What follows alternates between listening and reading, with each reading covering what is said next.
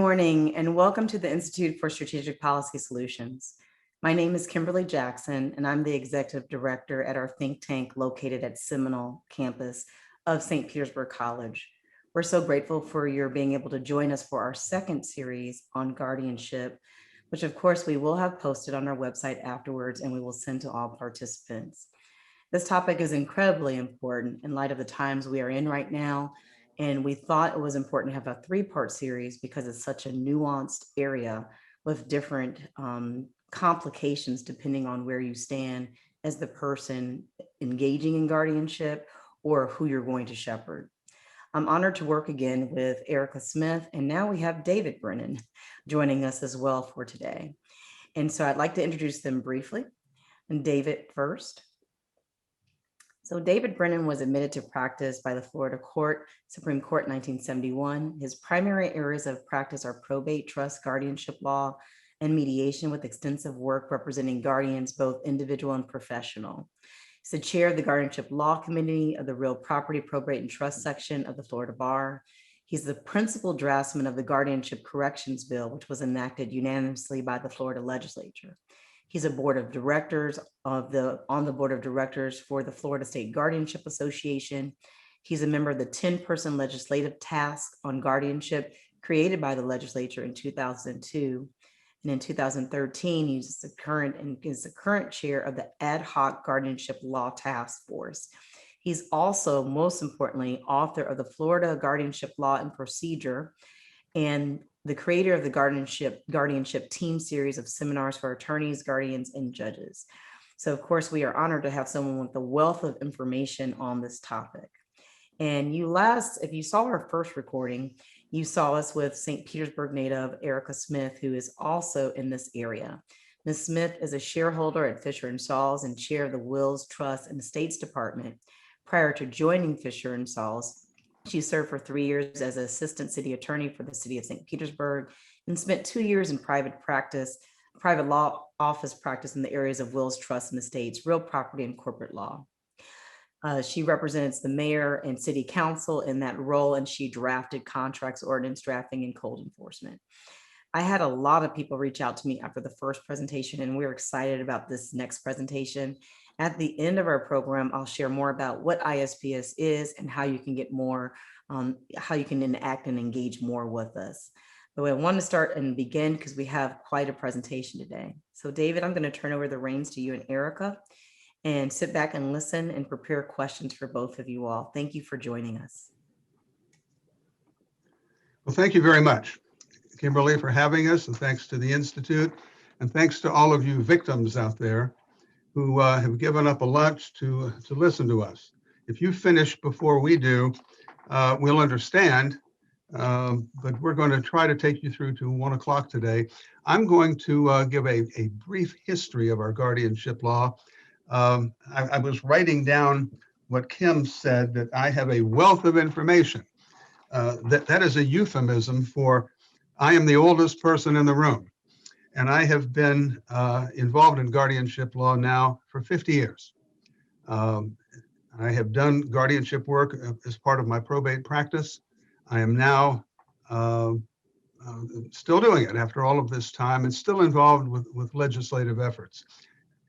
Here's the history going back from the 1970s, and I hope it doesn't bore you, but I think it's useful for you to have an idea of where we came from and how we got to right now. Particularly as we see what is written in the press and what appears on television and in other media. So let me do that. In the 1970s, we had a guardianship law, and in significant ways, it was similar to the law that we have now.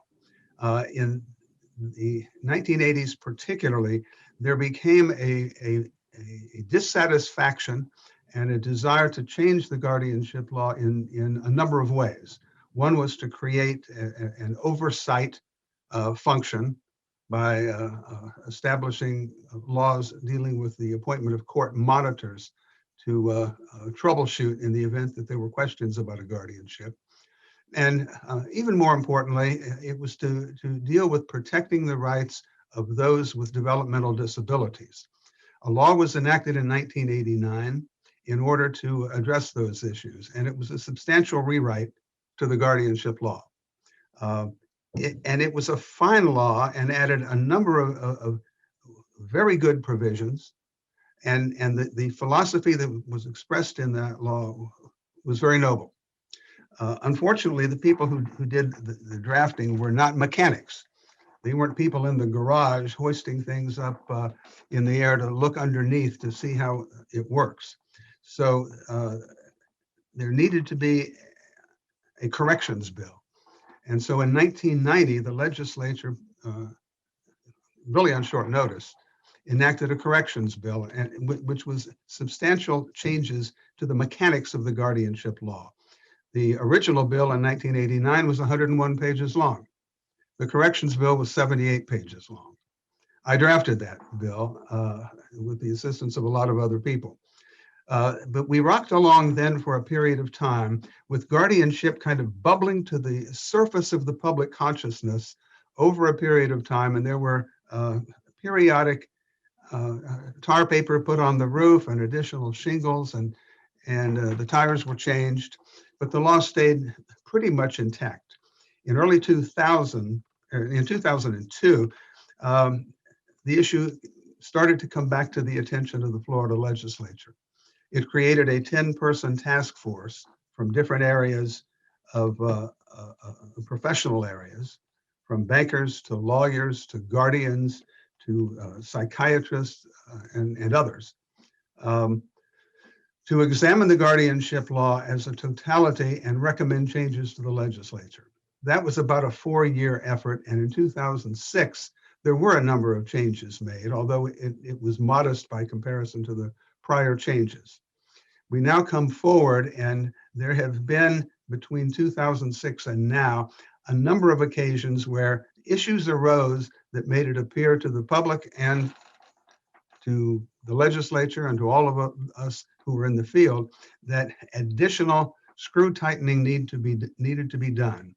The latest were changes made in 2020, a primary feature of which was dealing with the issue of do not resuscitate orders, which splashed across social media and public media during this past year. So that brings us up to date, except for one thing. While the recent changes have been made, there has been a task force created by the Real Property Probate and Trust Law section of the bar to recommend an entire new guardianship code for Florida. That has been operating now. Someone reminded me that we are in our 8th year of doing that.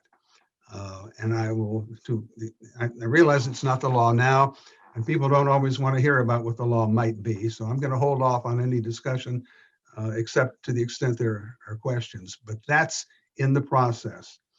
It has been approved by the section of the bar. It has been examined by the elder law section of the bar, by the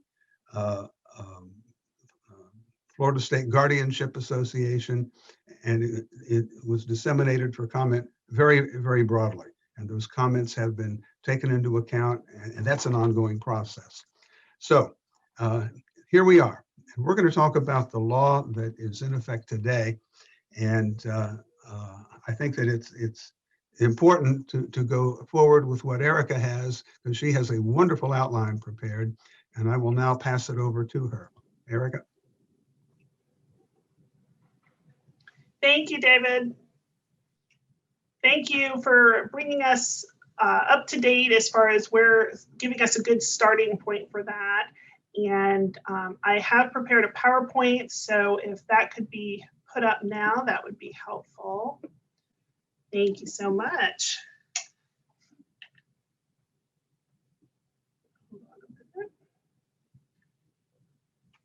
Is it so that I can advance it?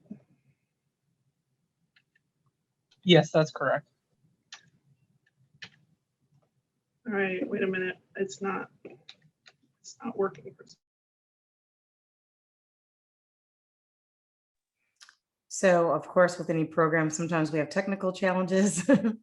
And so if that's the case, then maybe you can just say advanced slide so that you can keep it moving forward if you can't have it. Okay, well, if you would advance one, please.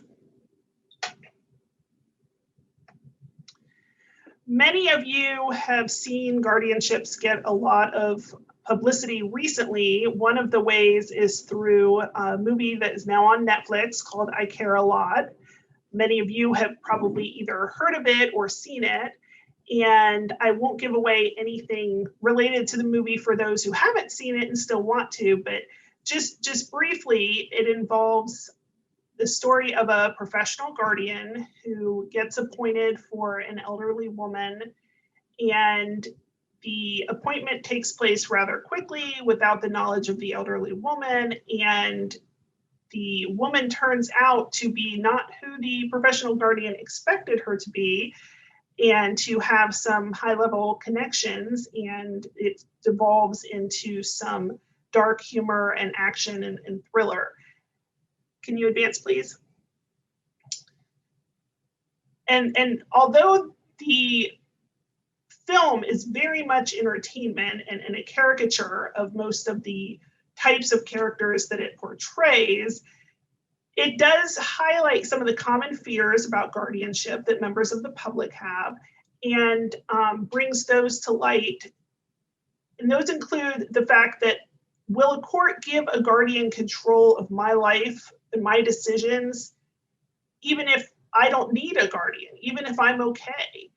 Will a court give control to a guardian of a loved one of mine, such as a parent, without even notifying me, without giving me a chance to be the guardian? What if a professional guardian is put in place and severs the ward's contacts with their loved ones? What if I can't get into the nursing home to see my mom anymore? What if I'm cut off from my children? What if the professional guardian gets into place and sells all of my property and starts using all of my money to pay himself or herself for my care? What if they're getting rich and I'm getting the lowest level of nursing home care possible? Or what if they do that to my parent and they use all of the money to pay themselves, and when my parent dies, there's nothing left for me or my siblings? And all of those are fears that people have about guardianships based on things that have happened, things that they have read. And those fears are very much highlighted in this movie. So we want to talk through incapacity guardianships, talk through some of these fears. Are these fears warranted in cases where it has been shown that something bad did occur with a bad actor or a bad guardian?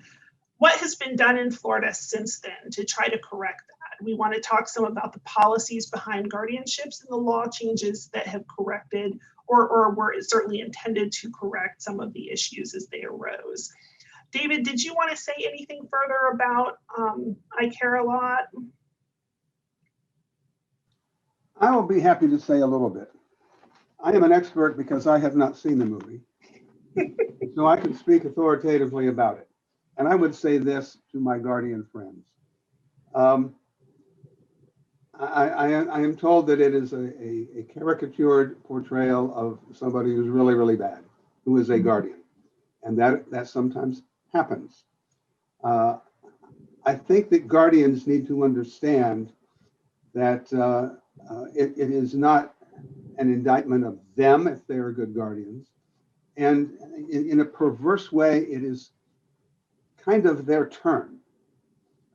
When you look at a lot of movies, a lot of documentaries, a lot of portrayals of any profession, whether it is a realtor, even an attorney, if you can believe that there'd be complaints about attorneys, whether it is the evil doctor, whether it is the crooked FBI agent or politician, that happens. And I think it should not be taken too much to heart by them. It shouldn't dishearten guardians of any kind. And that's really all I would say about it. Okay.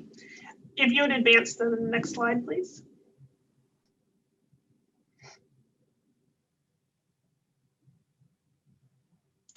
So this is what I was saying. Are these fears warranted? Next slide, please. So we're going to go through a brief review of what we talked about last time. For those of you who were present with us last time, I don't want to bore you or cover this too much in depth, but I think it's important that before we start talking about some of these issues, we just renew our knowledge about guardianships, why they exist and how they come about. So if you'll recall, we talked last time about the legislative intent and how that's important in any question that we look at when we talk about guardianships. The court only wants to take away a person's capacity to make their own decisions if that is absolutely necessary. An incapacity guardianship is usually a last resort for people who are simply unable to take care of themselves. The court is looking to make the least restrictive form of guardianship, and if possible, not even have a guardianship if there are alternatives to a guardianship. And those can be a trust document, powers of attorney, healthcare surrogate documents. So if there is some way to have someone caring for the incapacitated person that does not involve a guardianship, that's great. If we do need to go into a guardianship, the form of assistance that we're looking for is the one that least interferes with the legal capacity of a person to act in his or her own behalf. So we want to allow people to continue to do as much as they are able to do to restore them to capacity if that situation arises and that's appropriate, but to interfere as little as possible in the decision making while still trying to protect people, make sure that they're safe, they're in good living environments, etc. That brings me to an important point in terms of simply avoiding a guardianship. Some people may watch this presentation or may know something about guardianships and say, I simply don't want to be a ward in a guardianship. And there are some steps that someone can take to avoid ever having a guardianship placed for them. The first is the importance of advance directives. As I said, we'll talk some more about this. The court looks for less restrictive alternatives to a guardianship. So if you have executed a power of attorney, a healthcare surrogate, a living will, if you have given people through these documents, given someone the right to make decisions for you, make healthcare decisions, consent to care, it may not be necessary to have a guardian appointed in the first place.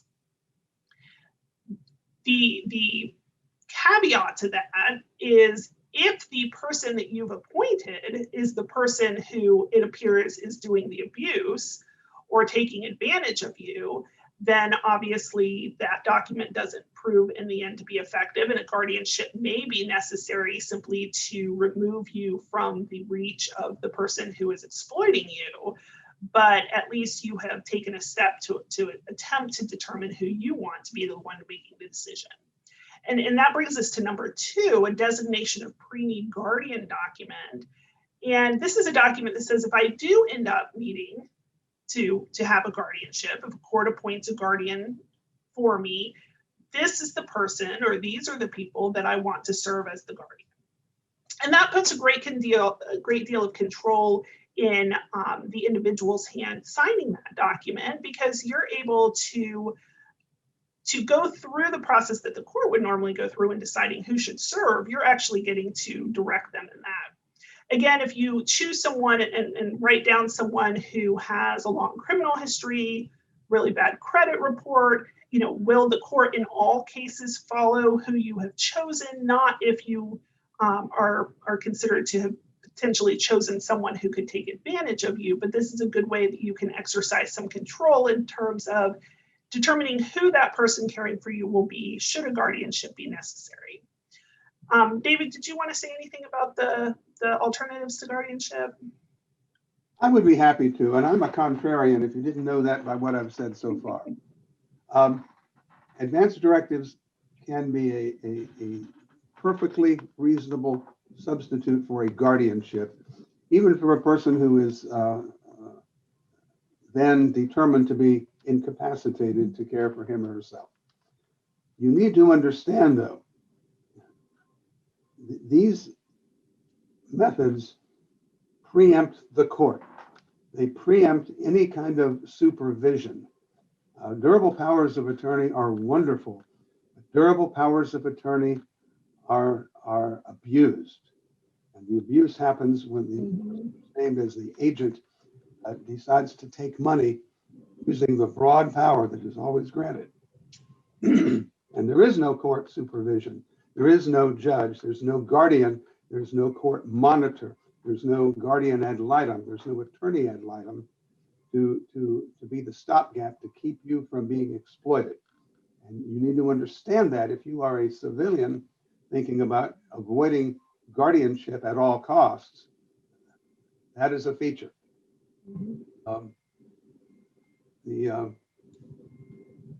Yeah, that is certainly an excellent point. Pardon? I said that's an excellent point, David. So that's my contrarian's point. You have to be very careful in choosing, for instance, or particularly maybe with the durable power of attorney. You may have a trusted son who you would trust your money and your life with. But if you put that son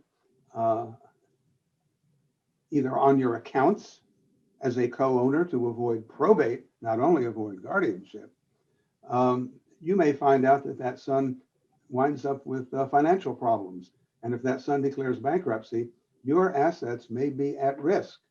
And if that son gets in dire straits, the bank account subject to the power of attorney may be at risk. End of story. Well, David brings up an excellent point that as in all things, although guardianships at times get sort of a bad rap, there is a protection in guardianships in that the court is involved, and you don't get those if you're working outside the court. Let's look at if a guardianship, needs to be put in place. What is that process? Let's do a little review on that. Remember that there's two parts of an incapacity guardianship. There's the determination of incapacity, which is the first part, and then the appointment of a guardian if you are determined to be incapacitated.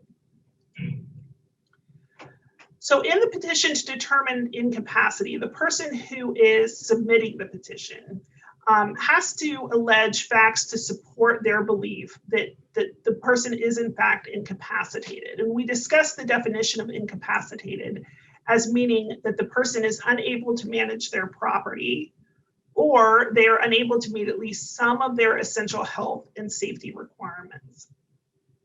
It also has to be alleged which rights the person is incapable of exercising, and we'll talk about those next. And also must give the names and contact information of the person's treating physician and any next of kin that are known. There are rights that can be removed from the ward, from the incapacitated person, and delegated to the guardian. So the ward loses the right to do these things. The guardian, however, can take these actions on behalf of the ward.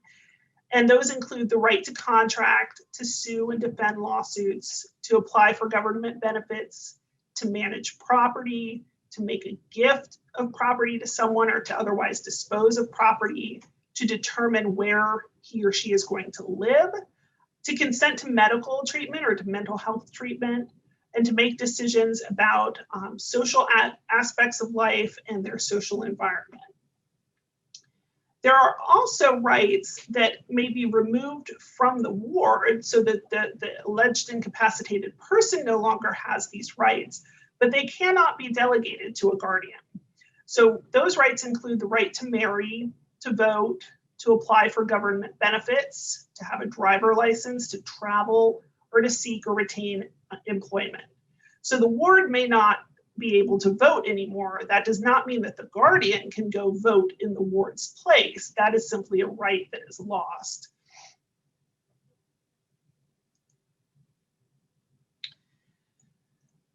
Part of that incapacity determination involves notice to next of kin and to the alleged incapacitated person. So any next of kin of the person alleged to be incapacitated, as well as the person himself or herself, is made aware of that determination, that hearing.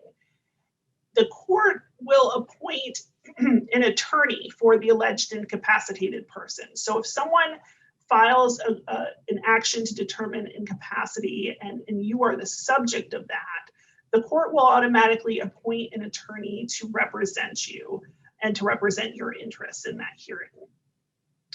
As well as an attorney, the court also appoints an examining committee. And this examining committee is composed of 3 people. One of those people must be a psychiatrist or a physician.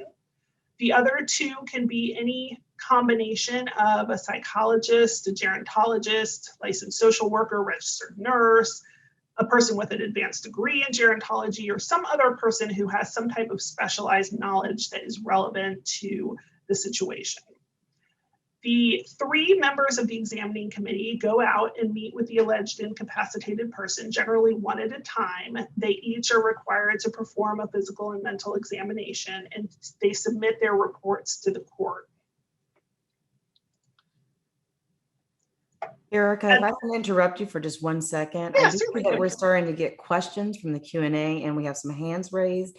And I would just encourage, until we get to the question and answer portion, to please put your questions into the Q&A, and we will get to them. We want to make sure, as you're thinking about issues, of course, that you ask the questions.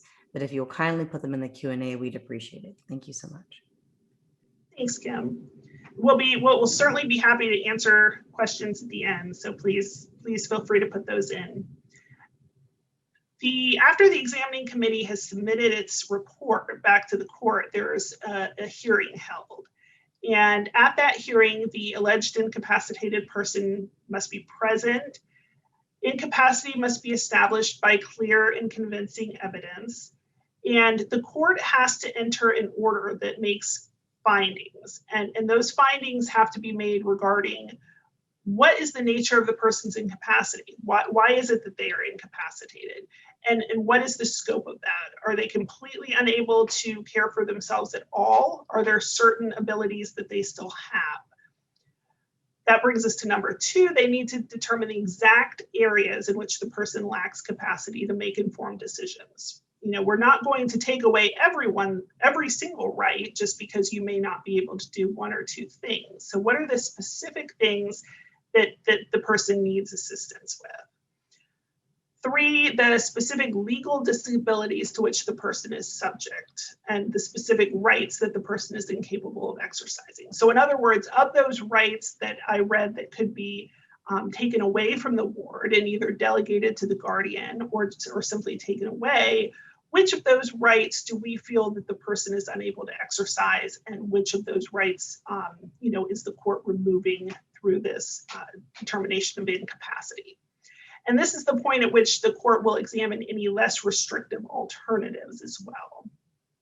David, would you like to say anything about the adjudicatory hearings?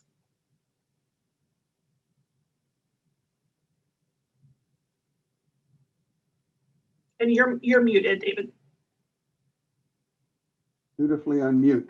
I know that during the last session, there was some discussion about the conduct of the hearing to determine incapacity and for appointment of guardian. Because I'm the mechanic in the room, I'd like to tell you more about that. I don't know the composition of our audience, so I don't know what your professions or your interest in guardianship is, but let me go through this. The attorneys who practice a lot of guardianship law will know it full well, but everybody else ought to know this because it affects you differently depending on where you are sitting at any particular moment. Well, I recall from the last session that Erica talked about the hearing being conducted before a general master or maybe a special master who would then make recommendations to the court. And Sancha Brennan said, well, in our areas, there is no special master. The initial hearing is before the court itself. This difference carries through many portions of the guardianship law. Law is interpreted differently by different courts. It is carried out by clerks of court who have different interpretations. And there are a lot of ad hoc rules in the various counties. I've described the practice of guardianship law in Florida as being akin to the cantina scene in Star Wars. because there are so many different life forms out there.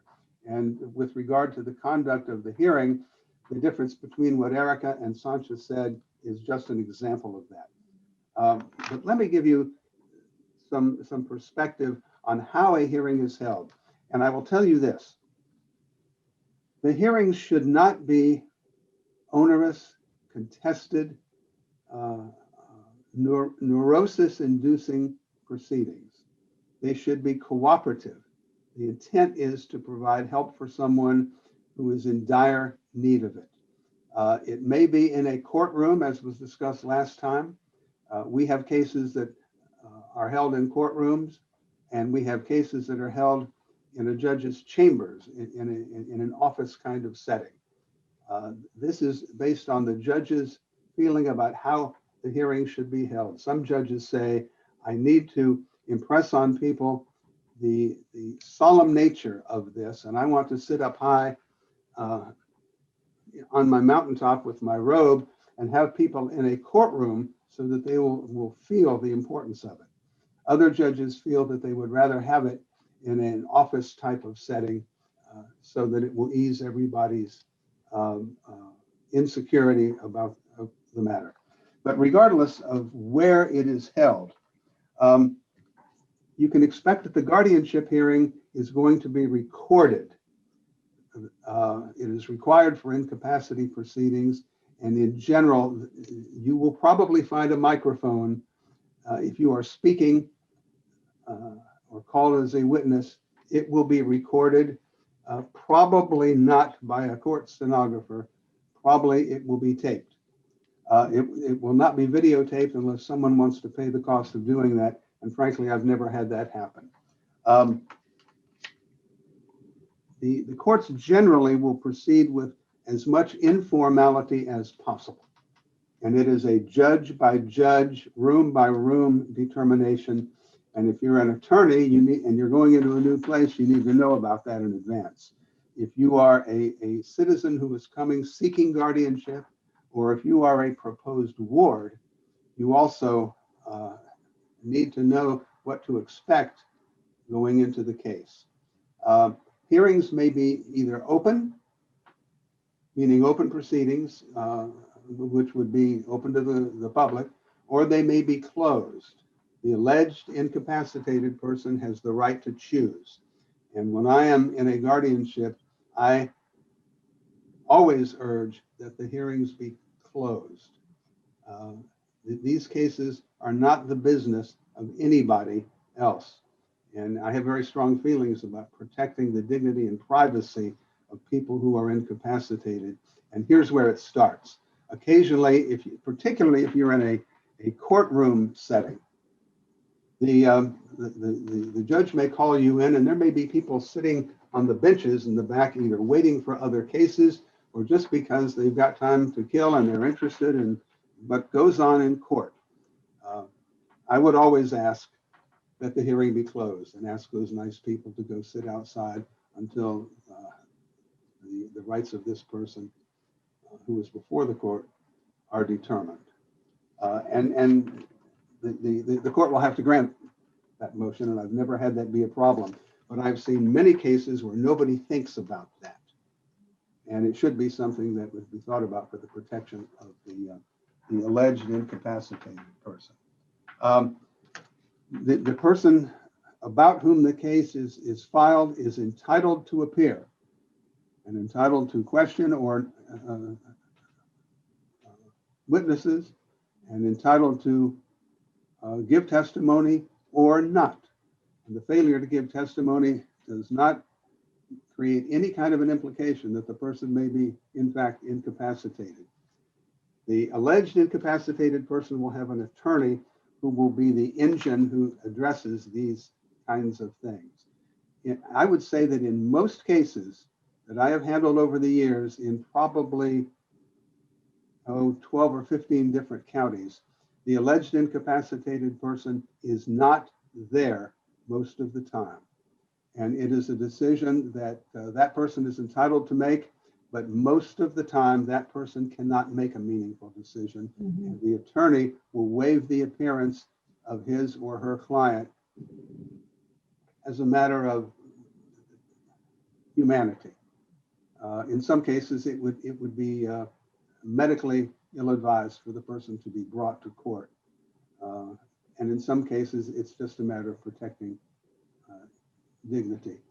So if you're wondering if a person has to be there, the answer is no, and usually is not.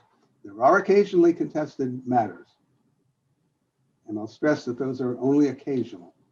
Usually, by the time someone gets to the point of feeling that a petition to determine incapacity of a family member is a matter of necessity, the person is clearly incapacitated and in need of that care. Okay, Erica, back to you. All right, thank you, David. Well, so if the court determines that someone is incapacitated, at least in regard to certain rights that need to be removed from them, and if they have not found a less restrictive alternative to use, they will proceed to the appointment of guardian. Often this is done in the same hearing where the incapacity was determined. The proposed guardian must in advance have petitioned the court to be appointed, and in determining who the appropriate guardian is, or if the person petitioning is appropriate to serve as guardian, the court's going to look at things such as their relationship to the incapacitated person, reasons why that particular person, should be appointed as guardian or should not be appointed as guardian, and whether there are any less restrictive means as far as whether someone is already serving under a power of attorney or a healthcare surrogate. And as I said, that hearing is generally held concurrently with that determination of incapacity. In talking about guardians and who is appointed as guardians, we need to look at the general duties of a guardian. And we went over this last time, so I'm going to be brief in talking about this. But just to highlight that the guardian of an incapacitated person is a fiduciary. That means they are held to a higher standard of duty to the wards that they serve. They have to act within the scope of the authority granted by the court and by law. So if a certain authority has not been removed by the court, the guardian cannot exercise that. If the ward still has the right to make their medical decisions, the guardian cannot make medical decisions for the ward then. The guardian has to act in good faith, and they have to act in the ward's best interest. And that is an expansive determination of what will help this ward to thrive, to be most comfortable, to have the highest quality of life. If a guardian is chosen based on a representation that they have particular skills or a particular expertise that is appropriate for a particular ward or a particular guardianship, then they have to use that special skills and that expertise when they are acting on behalf of the ward. So if, and this is sort of going through briefly because we'll cover some issues related to this further on, but if someone is determined incapacitated, a guardian is appointed, that guardian now has certain requirements with the court. They need to file an initial guardianship report and an annual guardianship report. That usually will detail certain things like, where is the ward living? Have they seen the doctor and how many times, and what was the result of that? What are their abilities to socially interact? There also has to be an annual accounting. That will detail the money that is within the guardianship and how that money has been spent and any additional money that has been received.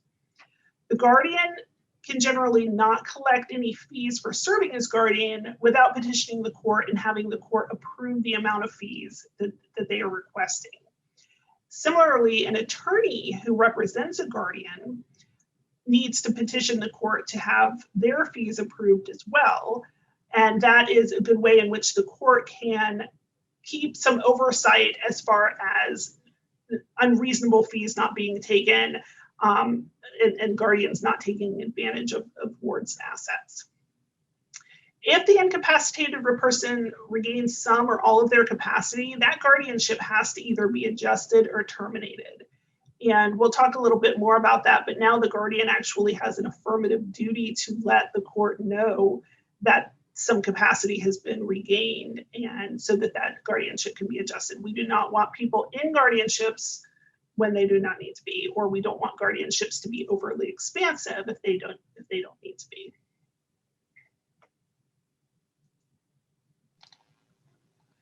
So that brings us to the new part of today's discussion, and we're going to discuss some of the policy issues around incapacity guardianship, some of the potentials for abuse. And it's important when we are considering those topics that we keep in mind several things in sort of the back of our heads. The first is there is a really big difference between states in guardianship law and how guardianships are approached. Florida, the last statistic I read said that there are 19% of our population is over 65. We have a good percentage of people who are over 65. We have a lot of interest both in our legislators who have these people in their districts and as a society in trying to make sure that our neighbors and friends and loved ones are cared for. Florida has, in the laws that I've seen, I think that Florida has stricter guardianship laws than in a lot of other places. We try to do the right thing. We also have more people potentially who are affected by this. But there's going to be a difference between states. Arizona is not going to look at guardianship the same way as Florida, and Florida is not going to look the same way as Missouri. So if you're looking at a guardianship abuse situation that happened in another state, you have to consider the state law there and whether something like that happened there is even possible to happen here. And the same thing, differences between circuits. David's already talked to us about how things look different from circuit to circuit, both in terms of how a hearing is held, but also in terms of, as he said, how the courts interpret the guardianship laws. So if you're talking about something that happens in a different part of Florida, that may or may not translate into the circuit where you live. David, did you want to? I would like to jump in. I'm sorry, Erica, but the explanation of the powers and the duties of a guardian was wonderful. The differences between the states is something that needs an exclamation point. Those of us who have served on this long task force examining ways to change the Florida guardianship law, we studied the guardianship laws of other states. And I will tell you, maybe primarily because such a large percentage of our population is over the age of 65, we have the best guardianship law right now. I could tell you some things that would be real head shakers, but in other states, and some are better and some are worse, but there are states where someone files a petition to have, me determined incapacitated. They send me a copy of the petition. I may be laying in a bed comatose, but they send the petition.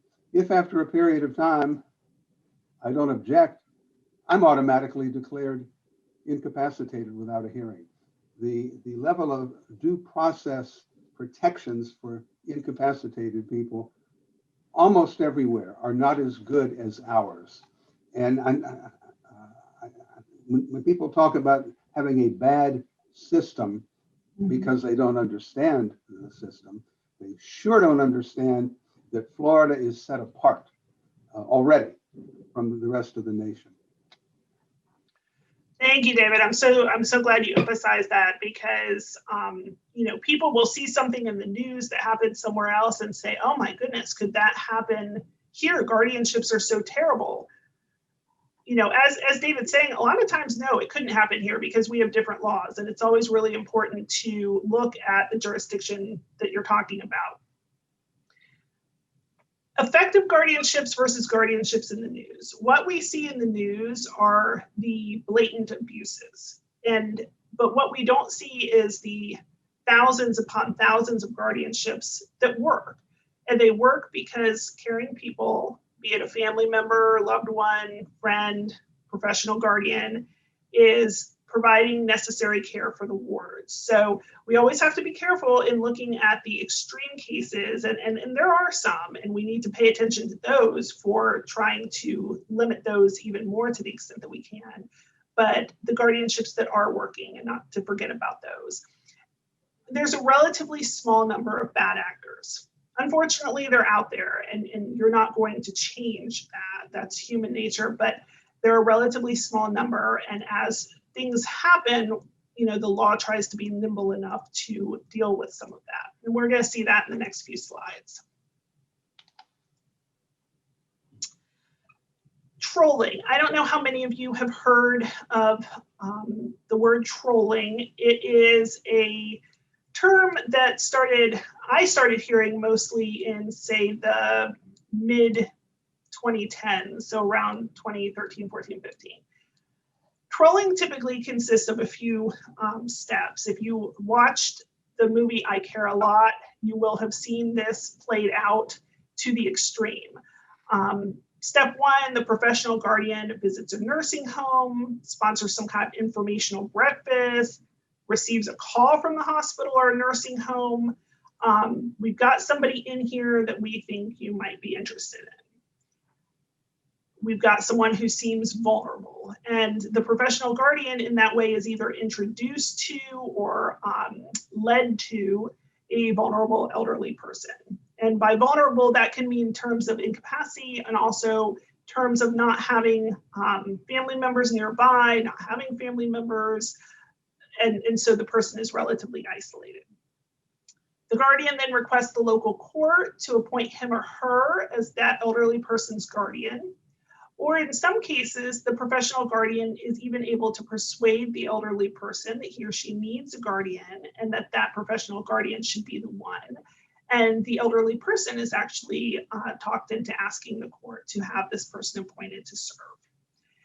And that was happening. It by no means was happening everywhere, all over the place by everyone, but there were instances where that was happening.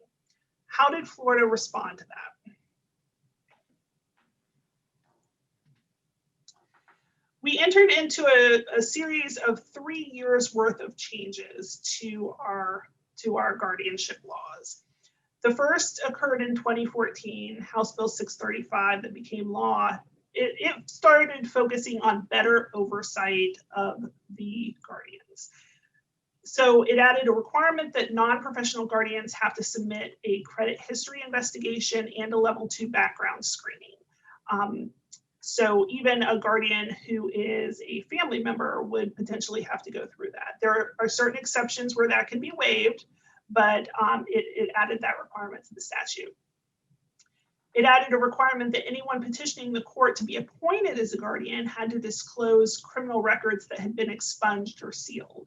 So previously, if you had a record and it had been expunged or it had been sealed, you did not necessarily have to disclose that to the guardianship court in determining whether you were appropriate to be the guardian. Now that requirement was that you had to let them know that that had happened. The bill also provided the clerk's office with some additional authorities and duties so that they could conduct a more in-depth review of guardianship assets when it was appropriate. So if things looked off, they had some greater authority. And one of those was to issue an order to show cause or to issue a subpoena if the clerk had requested additional documents from the guardian and the guardian wasn't producing them. The clerk now had some teeth in their authority to actually get those records produced. That was followed up in 2015 by House Bill 5, which instituted a number of very important changes. It was very comprehensive. The first thing it did was, previously, if you had a power of attorney and a guardianship action was going on, that power of attorney was automatically suspended. And the thought behind that was, in some cases, it was the bad actor agent acting under the power of attorney from whom the vulnerable person needed to be protected. So we didn't want that person continuing to have access to the ward's assets if they in fact were the person who was causing the abuse. Now, there is still automatic suspension of the power of attorney, but it accepts powers of attorney that name certain close family members. So if you have a power of attorney that names your parent, your spouse, your child, or your grandchild, unless there is some compelling reason why that should also be suspended, that will be allowed to continue. So that person can continue to serve as your agent while the guardianship proceeding is ongoing. There was also a new requirement that notice of emergency temporary guardianships, which you may hear us refer to as ETGs, that notice of those hearings needed to be served on the alleged incapacitated person and on that person's attorney 24 hours before the hearing. So you'll see, for example, if you watched I Care a lot, you'll see the professional guardian go to court and say, you know, the alleged incapacitated person doesn't have to be here in the courtroom, judge, because this is an emergency situation and we don't have time to get everybody together. We need to take action. Now in Florida, you do have to let the alleged incapacitated person and their attorney know 24 hours before the hearing so that they can be present.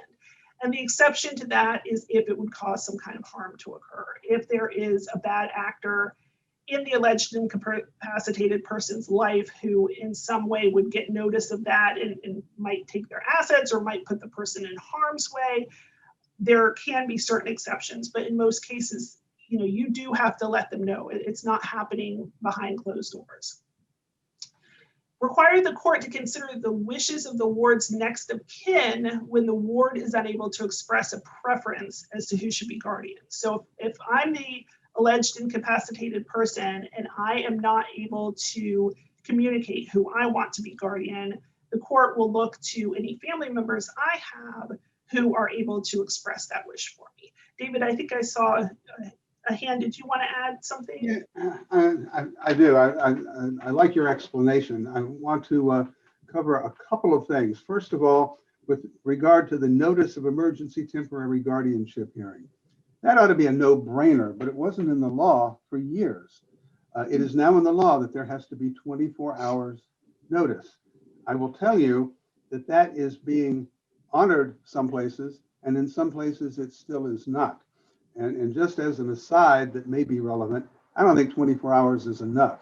The task force that is proposing new legislation, it has written into the proposed law, there has to be at least 3 days notice, which I think is a much better safeguard for boards. Also, with regard to the appointment of professional guardians, the rotation system that you mentioned there in the 4th bullet point is very controversial. We, the task force, are proposing to take out that rotation system. And the primary reason is that guardians are not fungible goods like ears of corn that all look alike. We believe that the alleged incapacitated persons and their families ought to have the right to interview potential professional guardians and propose one who is compatible and appears to be the most experienced. I know that if I have an incapacitated client who speaks Spanish, I want a guardian for that person who speaks Spanish. I don't want the next person on the wheel. Yeah, and what David's giving us some more detail about is that one of the changes in 2015 is that the professional guardians were to be appointed through a rotation system. So, for example, again, going back to the movie, you had one professional guardian who was going to the same court over and over and over and being appointed guardian for multiple people. So this system was put in place with the idea that the court would not be able to keep giving case after case after case after case to the same professional guardian, that they would have a rotation system where they would rotate cases among the professional guardians. The exception to that was if the court made specific findings as to why a specific guardian should be appointed outside the rotation. And David's absolutely right. That has been a matter of some, controversy because of exactly the reasons he said. The rotation system, from what I understand, is also being applied maybe a little bit differently among circuits as far as the circuits who are following it very closely and those who are not. But it was that was sort of the thinking behind that change, was to keep one person from ending up as guardian on, many, many cases. The other problem with the hammer. They're solving the wrong problem. The problem is the way the court deals with these repetitive petitions, not changing it to the detriment of everybody in order to solve a problem. This is not a hit it with a sledgehammer kind of situation. Right. Hopefully we will make some headway on that. One of the other 2015 changes is it prohibited the professional guardian from serving as the permanent guardian if that same professional guardian had served as the emergency temporary guardian. So if I'm a professional guardian and I go to court to be appointed in an emergency situation, I become the emergency temporary guardian. Later on, when a permanent guardianship is determined to be relevant, I am not going to be the same guardian that they put in place. There is a big exception to that, and that is unless the ward or the ward's family requests that that professional guardian be appointed as the permanent guardian. So there may be a case where, we have many, many professional guardians who are wonderful people and good guardians in what they do. And if the ward or the family appreciates what that person is doing, wants them to be the permanent guardian, the court won't stand in the way of that. The other thing is if the court determines that a particular professional guardian's skill or prior experience is necessary. As David's saying, if you have a ward who speaks Spanish and the only professional guardian that you have with the right Spanish speaking skills is the one who was appointed as emergency temporary guardian, that may be a situation where it is certainly warranted for them to be the permanent guardian, but the court at least needs to look at that, needs to look at whether they are appropriate to continue to serve or not. It's just not an automatic transfer into the permanent guardianship. And then they made some changes to facilitate the restoration of capacity to wards when it's appropriate. And that included what I had mentioned earlier, where now the guardian has an affirmative duty to represent to the court as soon as he or she realizes that the ward has some restoration of capacity if that occurs. And then you had the legislature addressing guardianship issues again in 2016, this time creating the Office of Public and Professional Guardians, the OPPG. And they gave the OPPG the authority to create certain standards for professional guardians, to develop the curriculum that would be used to educate professional guardians, and to regulate and discipline professional guardians. And the reasons for discipline included things like making misleading representations about the practice of guardianship, violating OPPG rules, being convicted of certain criminal violations, failing to comply with the educational requirements, failing to perform their legal obligations, or using their guardianship position for financial gains other than what would be appropriate fees. So it gave an organization to oversee, educate, regulate, and discipline professional guardians.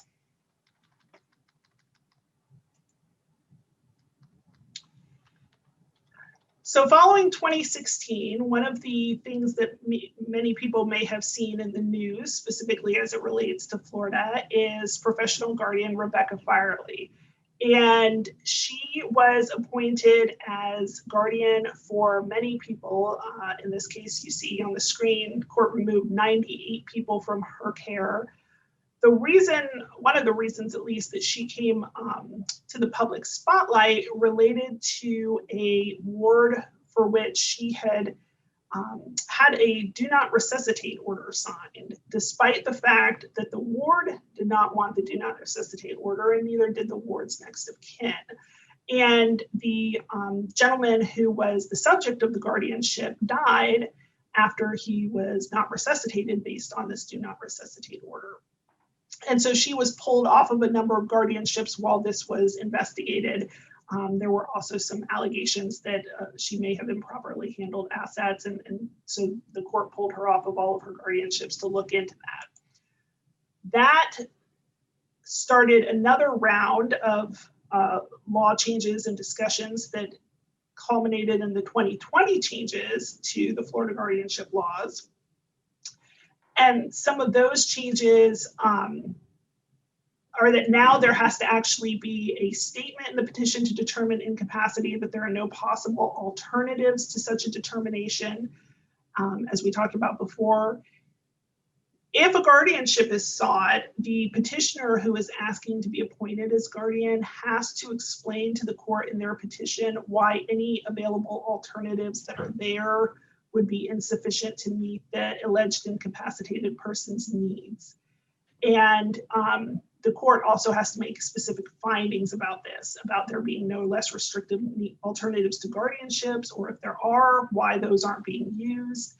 And also findings as far as that no conflicts of interest exist that would in some way violate the guardian's fiduciary duties to the ward.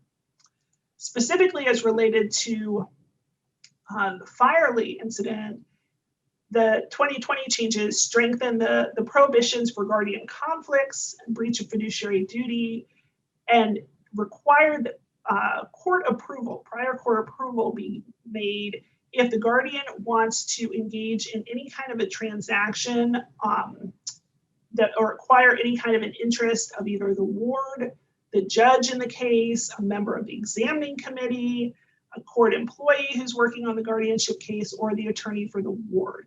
So we're trying to look at anywhere that there could be any kind of collusion to take advantage of the ward and ferret that out. It also now required a statement in the annual plans and annual accountings requiring, one, any existing do not resuscitate orders that exist for the ward, and all, quote, remuneration received by the guardian. So the court has to approve guardianship fees, but if the guardian is receiving something else in addition to fees that is remunerating them for serving as guardian, they have to relate that to the court in those annual plans. And there were some safeguards added to protect against the improper use by a guardian of a do not resuscitate order. And David, I don't know if you want to speak in any detail about any of the 2020 changes.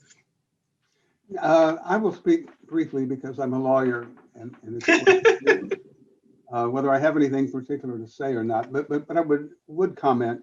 I think the safeguards in 2020 are reasonable. The DNR safeguard is probably well needed. I know that professional guardians for many years felt that it was their duty without court order to have a DNR executed if they felt that it was appropriate. I never took that position. I thought that, and had my professional guardian clients always petition for approval of a DNR. And now I think all the attorneys handling guardianship are coming along because of the legislation. Their hearts and minds have followed. With regard to the remuneration, how that happens is this. There may be a trust that holds some or all of the assets of a ward.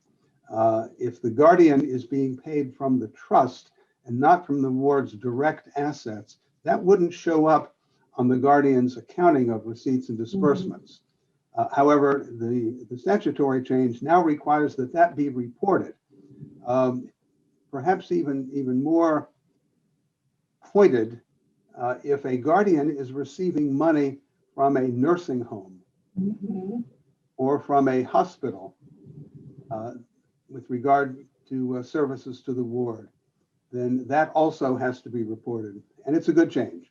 I'm the person who creates and edits the bar forms for guardianships, and we changed the form this year to have a schedule where that information has to be provided. Perfectly reasonable change. Absolutely. Thank you, David. So what does the future hold for guardianships? And I know David mentioned that they're working on some comprehensive changes. David, do you want to take just a minute or two to give people a preview of what may be coming down the pipeline in guardianship law? I can, and I will say it this way. It's going to be a 200-page bill. The idea is to protect the rights of wards and provide due process protections and mechanisms that aren't there now in a number of ways. Back in 1990, we put in the law for the first time that the ward has a right to privacy, and that's a right that can't be taken away by legal proceedings. Unfortunately, that is subverted just by the nature of the rest of the law. Current law provides that certain things are kept confidential and cannot go out to the public or to interested family members or interested neighbors or those who just are interested in guardianship. These things are the accountings that are filed, the plans for residential and medical care, but everything else is. If a petition is filed to sell a car that the ward owns, that petition is a public record. If there are petitions in any other aspect of the life of the incapacitated person, those things are generally public records. The only people who are entitled to get direct notice of them are the next of kin. And I don't think anybody has a problem with that. But for them, for the ward's life to be opened up to anybody who is interested, be it that neighbor across the way who would somehow like to help spend the ward's money, or the nephew from out of state who really would like grandma's, fill in the blank, or if it's whoever it may be who wants to exploit the situation or the ward directly. The new statute provides better protection. It doesn't allow that kind of gadflying into a guardianship unless the court authorizes information to be provided. And that's the safeguard for people like reporters or distant family members who think that they're entitled and who may feel that they need to protect their inheritance in advance by bird dogging a guardianship. So the protection of the privacy rights of the elderly is a primary theme. Our view is that elderly people are not zoo animals. Their life should not be put in a cage of public records. It should be protected. And so that is an important theme for us. With regard to protection of children, the statute currently allows parents to hold assets of children up to $15,000 without the appointment of a guardian. There's been a move by, I think, citizens generally for a number of years to increase that so that parents don't have to set up guardianships. So there have been changes, and I'm going to give you the one-liner on this. The amount would be changed to $50,000, but the parents would have to file a statement in the records indicating that this money has been received on behalf of this child, and here's where it is. And the problem is this, folks.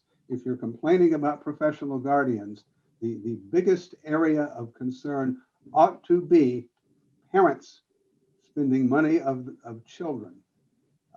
And if there is some accountability, that helps avoid that sort of thing and protects the money so that when the child reaches age 18, the money is there. It hasn't been spent on vacations. It hasn't been spent on buying birthday and Christmas presents for the ward with the ward's own money. And that's a kind of a pet peeve of mine. And so I'm soapboxing that a little bit, but that's another feature. There were hundreds of changes to tighten language, to get rid of obscure references, to realign things so that they appeared in more reasonably connected spaces. We created a whole section concerning incapacity and restoration of capacity rather than having it spread out in a statute. Hopefully this is going to be more cohesive. It will be called the Florida Guardianship Code, and it will be a whole new section, section 745. So we appreciate the time to talk about it a little bit, and we hope it passes. We've spent a lot of time. There have been thousands of hours spent on this project. And that's all I have to say on that topic right now. Well, thank you, David. And thank you for everyone who tuned in this morning / this afternoon to listen to us talk about guardianships. I know that some questions are in the Q&As. I know that Kim has some questions. So Kim, I'm going to turn it back over to you. Well, first I want to say thank you for this information. And now I see, as we were planning, why we needed 3 sessions, all an hour and a half. This is one of our longer programs, but I have to say, from an informational standpoint, just stellar in getting this information out, particularly in light of the documentary on Britney Spears and the movie I Care a Lot. I can't tell you how many questions I've received. And at first, not making light of it, but as an attorney, I'm like, these things aren't happening.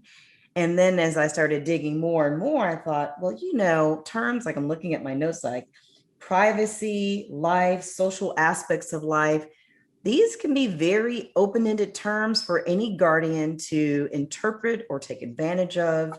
So that's kind of challenging, particularly as if you have ever had to shepherd someone who has a vulnerable spirit, who may have to move around, who has different strengths and different capabilities, but maybe not all of them.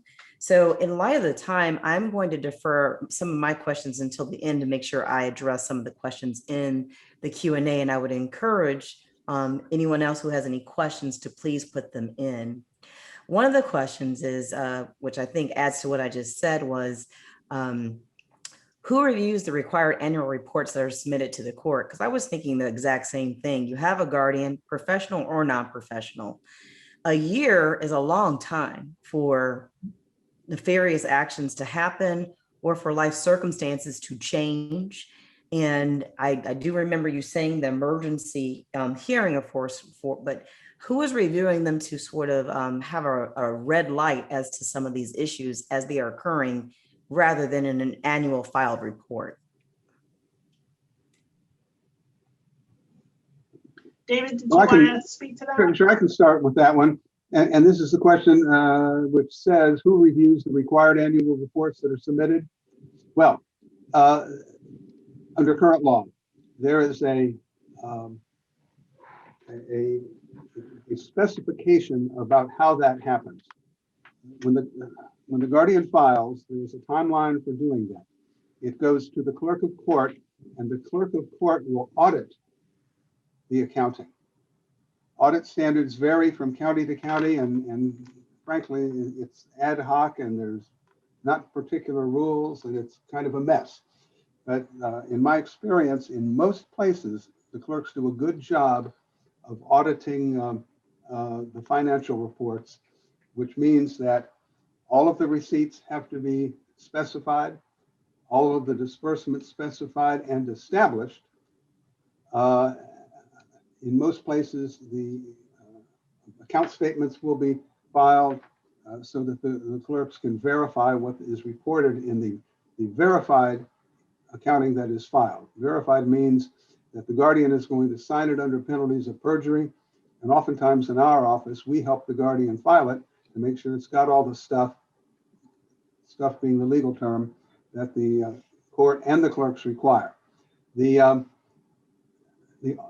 auditor, the clerk of court, will file a report with the court indicating if there are deficiencies or if the accounting appears to be accurate and worthy of being reviewed and then approved by the court. If there are deficiencies, there's a mechanism, and I'll take the next 45 minutes to an hour to go through the details of that for you some other time.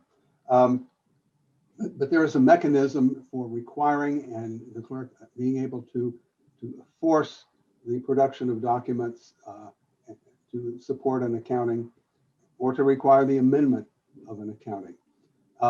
It may be that other people, such as next of kin, primarily next of kin, who may have been authorized to receive the accounting.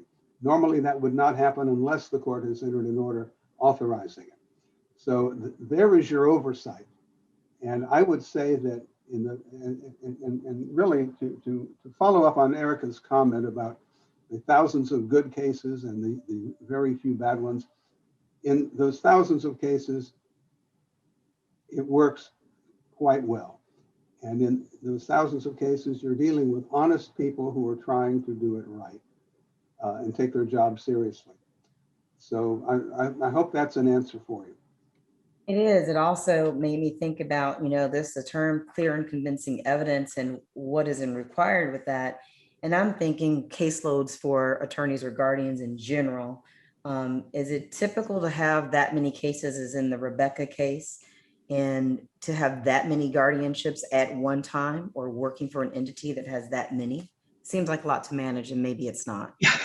No, it is a lot to manage, and most people do not have that many. I can say, Kim, that in most of what I do, and I don't know if this is the same for David, but generally the guardianships where I'm representing the guardian tend to be family members or next of kin, loved ones. I don't have a lot of professional guardianship cases where a professional guardian has been appointed, but in the ones that I have worked with a professional guardian, they have nowhere near as many as Ms. Firely had. So I think that was, at least in my circuit, that would be an extreme.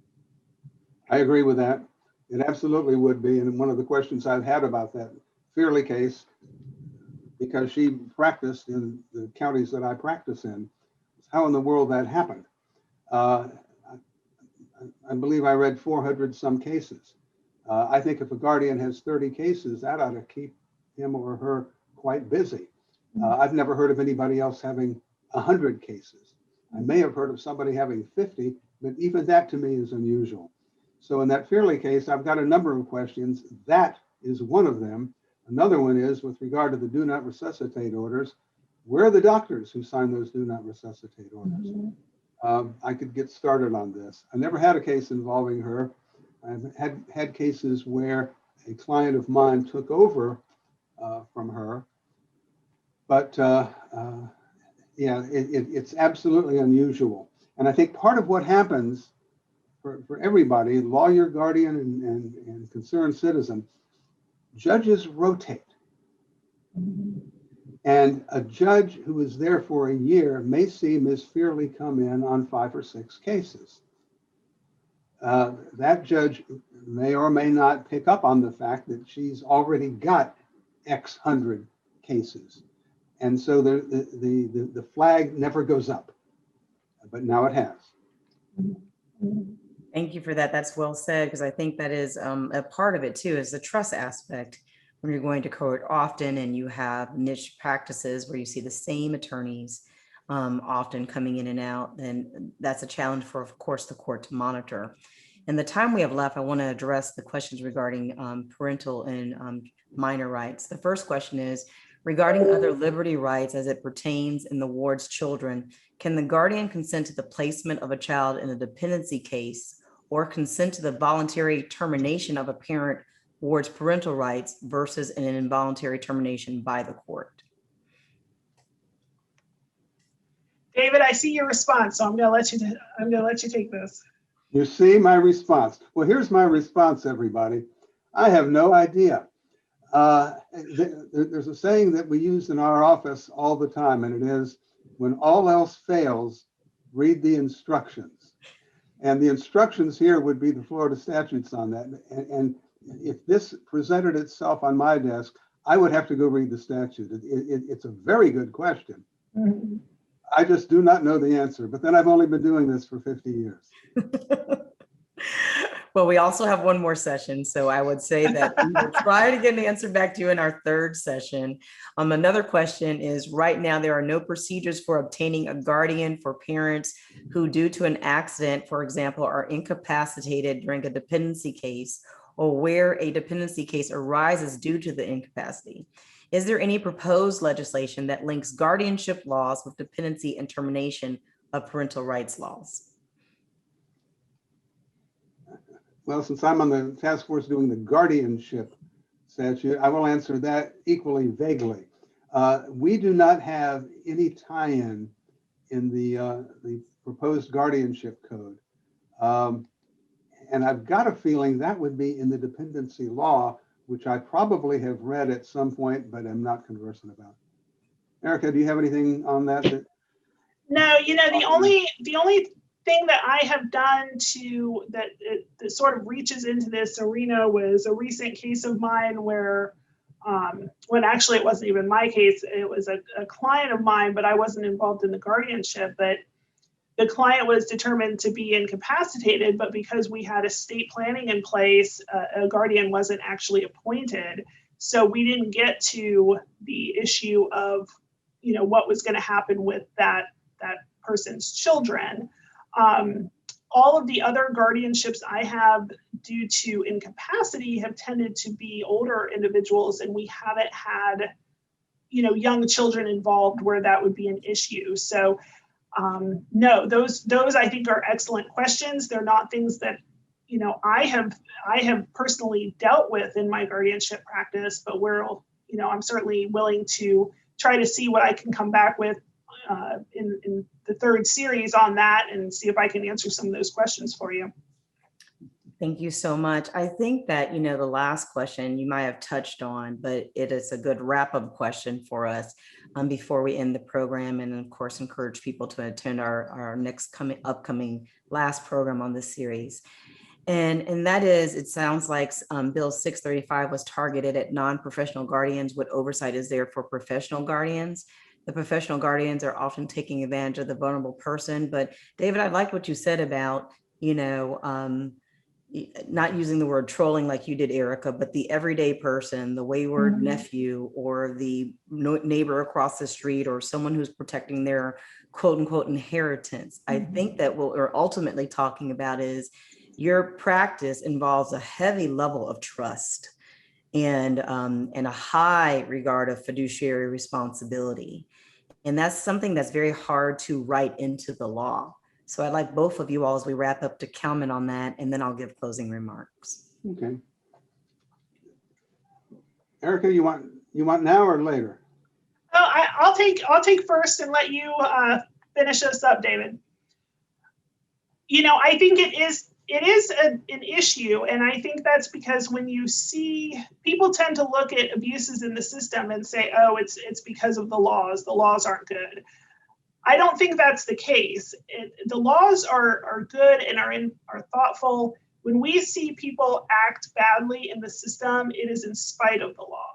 And we continue to try to, get those loopholes. But yes, it's difficult because there are always going to be bad people, and bad people will find a way to take advantage of people. That doesn't mean that we can't have the best system that we can have, and that doesn't mean that it happens, much or all the time. But is this something that as guardianship attorneys, as concerned citizens, we need to be aware of that this can occur? Yes. But David, I'd be interested to hear from a drafting standpoint and working on these, what you all are considering when you're putting all of this together in terms of how you view that question. Here's how.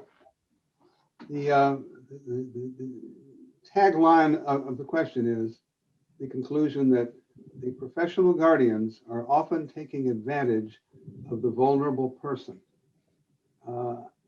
That is a mindset, and it's certainly well spread. However, I would amend it to say family members are often taking advantage of the vulnerable person, because that is what happens. And that is why you have professional guardians. And that's why you've got all those thousands of cases where the person is protected. And you have a few cases that make the papers and have some people say that you've got a rotten system because this happened. sometimes the people who are doing the complaining are the problem. When the legislative task force was created with the 10 people that I mentioned, we had public hearings throughout the state. And on a number of occasions, we had people who would come in and they would tell us this, and I'm going to composite this statement.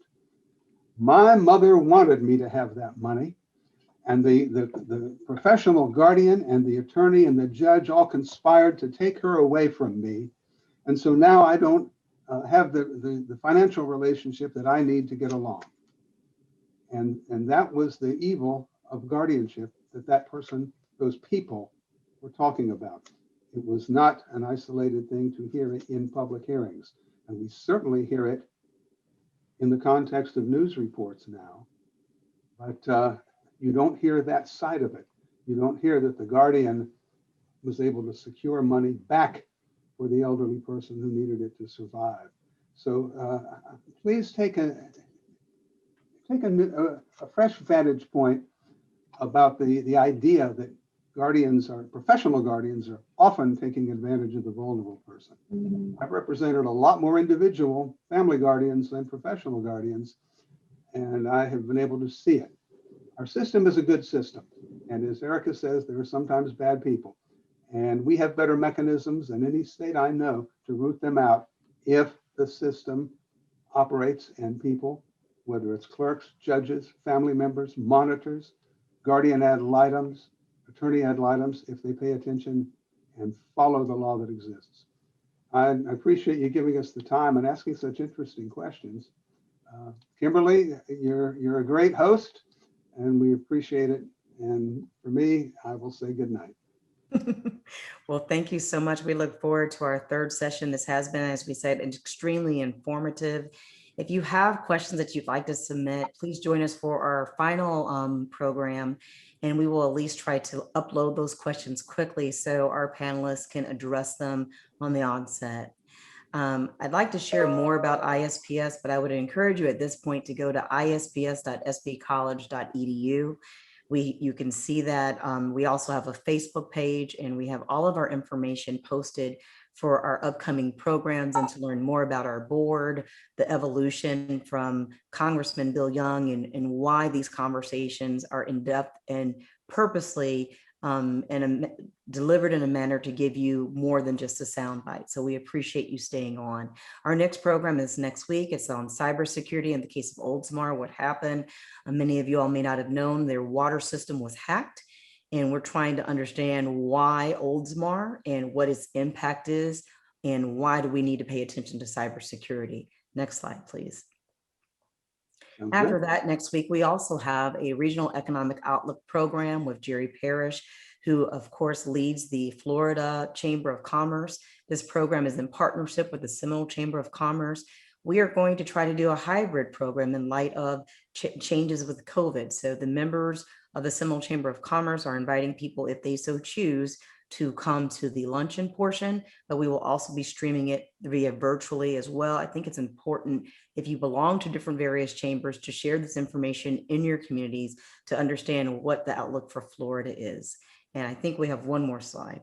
Well, we don't for March, but our next program will be in April, and it'll be our first program. Will be finalizing our guardianship series. Again, thank you so much for joining us for today and for sticking around. And as we get more questions, we will certainly give it to you, panelists. Thank you, David and Erica, for your time and your wealth of information.